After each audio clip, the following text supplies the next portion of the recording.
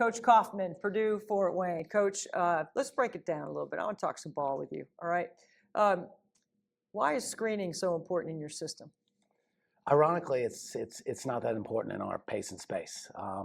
We really focus more on ball movement, player movement, spacing, pace of our play, create double gaps, triple gaps, give good player space to be able to create.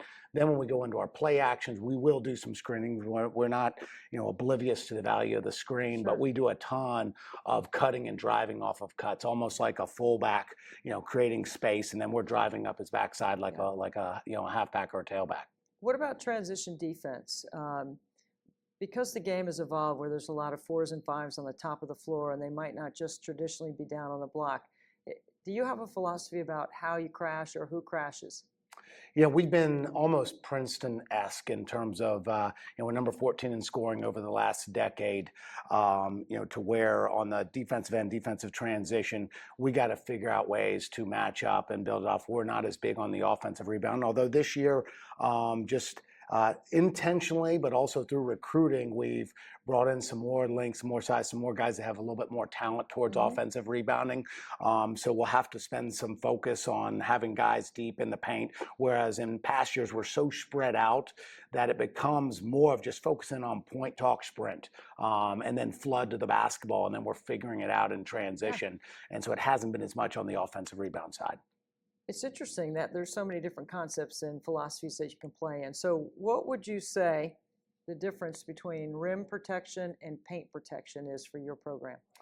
They're kind of both the same. It takes, rim protection. We do a lot of put intense ball pressure on the side of the floor where we load up 5 guys on ball side.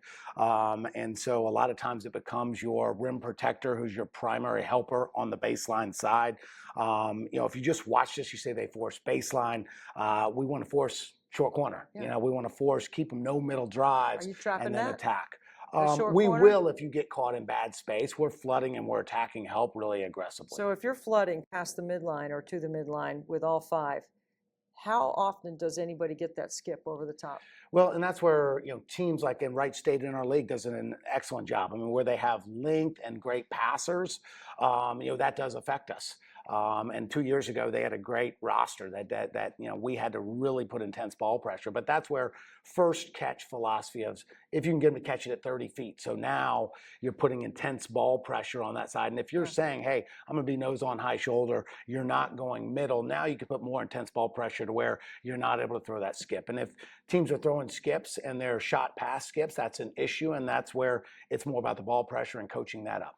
Yeah, because if you got good ball pressure and you can keep it almost in an ice situation on one side, then that skip over the top forces that long closeout. That's a problem, isn't it? Yeah, and that's where you talked on you mentioned the ice, and that's what we'll do on our wing ball screens, and that's been consistent over my 11 years as a head coach. And again, if you're not physical in that ball screen and they're throwing shot passes when you're committing 2 to the ball, that's going to be issues, and we're in that mode right now where we have 10 newcomers, and you're doing a little bit of salesmanship right now because they're like, Coach, we're giving up. We got and then I got players saying, hey, we got good players. Like, that's hard to guard. And you're like, yes, but it all goes with 5 guys working in unison.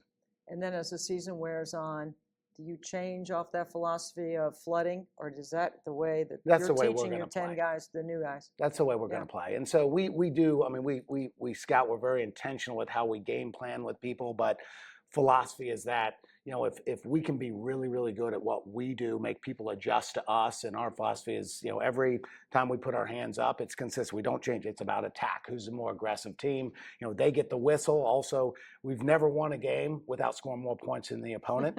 And we've been really good on that offensive end. Coach, great talk ball with you. Thank you. Cool, thanks.